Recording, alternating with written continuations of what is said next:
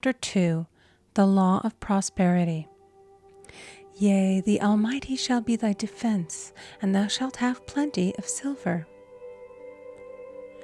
One of the greatest messages given to the race through the Scriptures is that God is man's supply, and that man can release through his spoken word all that belongs to him by divine right. He must, however, have perfect faith in his spoken word. Isaiah said, "My word shall not return unto me void, but shall accomplish that whereunto it is sent." We know now that words and thoughts are a tremendous vibratory force, ever molding man's body and affairs. A woman came to me in great distress and said she was to be sued on the 15th of the month for $3,000. She knew no way of getting the money and was in despair. I told her that God was her supply and that there is a supply for every demand. So I spoke the word. I gave thanks that the woman would receive $3,000 at the right time in the right way. I told her she must have perfect faith and act her perfect faith. The 15th came, but no money had materialized. She called me on the phone and asked what she was to do. I replied, "It is Saturday, so they won't sue you today. Your part is to act rich, thereby showing perfect faith that you will receive it by Monday." She asked me to lunch with her to keep her courage. When I joined her at a restaurant, I said, "This is no time to economize. Order an expensive luncheon and act as if you have already received the $3,000. All things whatsoever ye ask in prayer, believing ye shall receive." You must act as if you had already received. The next morning she called me on the phone and asked me to stay with her during the day. I said, "No, you are divinely protected and God is never too late." In the evening she phoned again, greatly excited, and said, "My dear, a miracle has happened. I was sitting in my room this morning when the doorbell rang. I said to the maid, 'Don't let anyone in.' The maid, however, looked out the window and said, 'It's your cousin with the long white beard.' So I said, 'Call him back. I would like to see him.' And he was just turning the corner when he heard the maid's voice, and he came back. He talked for about an hour, and just as he was leaving, he said, 'Oh, by the way, how are finances?' I told him I needed the money, and he said, 'Why, my dear, I will give you $3,000 the first of the month.' I didn't like to tell him that I was going to be sued. What shall I do? I won't receive it till the first of the month, and I must have it tomorrow. I said, 'I'll keep on treating.' I said, 'Spirit is never too late. I give thanks that she has received the money on the invisible plane and that it manifests on time.' The next morning, her cousin called her up and said, 'Come to my office this morning and I will give you the money.' That afternoon, she had $3,000 to her credit in the bank and wrote checks as rapidly as her excitement would permit. If one asks for success and prepares for failure, he will get the situation he has prepared for. For example, a man came to me asking me to speak the word that a certain debt would be wiped out. I found he spent his time planning what he would say to the man when he did not pay his bill, therefore neutralizing my words. He should have seen himself paying the debt. We have a wonderful illustration of this in the Bible, relating to the 3 kings who were in the desert without water for their men and horses. They consulted the prophet Elisha, who gave them this astonishing message. "Thus saith the Lord, ye shall not see wind, neither shall ye see rain, yet make this valley full of ditches." Man must prepare for the thing he has asked for when there isn't the slightest sign of it in sight. For example, a woman found it necessary to look for an apartment during the year when there was a great shortage of apartments in New York. It was considered almost an impossibility, and her friends were sorry for her and said, "Isn't it too bad? You'll have to store your furniture and live in a hotel." She replied, "You needn't feel sorry for me. I'm a Superman, and I'll get an apartment." She spoke the words, "Infinite Spirit, open the way for the right apartment."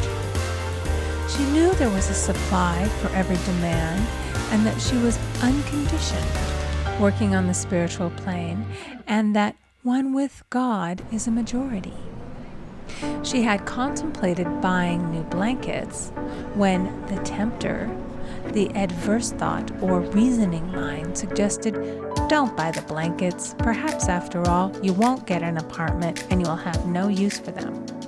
Promptly she replied to herself, "I'll dig my ditches by buying the blankets." So she prepared for the apartment, acted as though she already had it. She found one in a miraculous way, and it was given to her although there were over 200 other applicants. The blankets showed active faith. It is needless to say that the ditches dug by the 3 kings in the desert were filled to overflowing. Read 2 Kings. Getting into the spiritual swing of things is no easy matter for the average person. The adverse thoughts of doubt and fear surge from the subconscious. They are the army of the aliens, which must be put to flight. This explains why it is so often darkest before the dawn. A big demonstration is usually preceded by tormenting thoughts. Having made a statement of high spiritual truth, one challenges the old beliefs in the subconscious, and error is exposed to be put out. This is the time when one must make his affirmations of truth repeatedly and rejoice and give thanks that he has already received. Before ye call, I shall answer. This means that every good and perfect gift is already man's, awaiting his recognition. Man can only receive what he sees himself receiving. The children of Israel were told that they could have all the land they could see. This is true of every man. He has only the land within his own mental vision. Every great work, every big accomplishment has been brought into manifestation through holding to the vision. And often, just before the big achievement, comes apparent failure and discouragement. The children of Israel, when they reached the promised land, were afraid to go in, for they said it was filled with giants who made them feel like grasshoppers. And there we saw the giants, and we were in our own sight as grasshoppers. This is almost every man's experience. However, the one who knows spiritual law is undisturbed by appearance and rejoices while he is yet in captivity. That is, he holds to his vision and gives thanks that the end is accomplished. He has received. Jesus Christ gave a wonderful example of this. He said to his disciples, "Say not ye, there are yet 4 months, and then cometh the harvest? Behold, I say unto you, lift up your eyes, and look on the fields, for they are ripe already to harvest." His clear vision pierced the world of matter, and he saw clearly the 4th dimensional world, things as they really are, perfect and complete in divine mind. So man must ever hold the vision of his journey's end and demand the manifestation of that which he has already received. It may be his perfect health, love, supply, self-expression, home, or friends. They are all finished and perfect ideas registered in divine mind, man's own superconscious mind, and must come through him, not to him. For example, a man came to me asking for treatments for success. It was his imperative that he raise, within a certain time, $50,000 for his business. The time limit was almost up, when he came to see me in despair. No one wanted to invest in his enterprise, and the bank had flatly refused a loan. I replied, "I suppose you lost your temper while at the bank, therefore your power. You can control any situation if you first control yourself." "Go back to the bank," I added, "and I will treat." My treatment was, "You are identified in love with the spirit of everyone connected with the bank. Let the divine idea come out of this situation." He replied, "Woman, you are talking about an impossibility. Tomorrow is Saturday. The bank closes at 12, and my train won't get me there until 10, and the time limit is up tomorrow, and anyway they won't do it. It's too late." I replied, "God doesn't need any time and is never too late. With him, all things are possible." I added, "I don't know anything about business, but I know all about God." He replied, "It all sounds fine when I sit here listening to you, but when I go out, it's terrible." He lived in a distant city, and I did not hear from him for a week. Then came a letter. It read, "You were right. I raised the money, and I will never again doubt the truth of all that you have told me." I saw him a few weeks later, and I said, "What happened?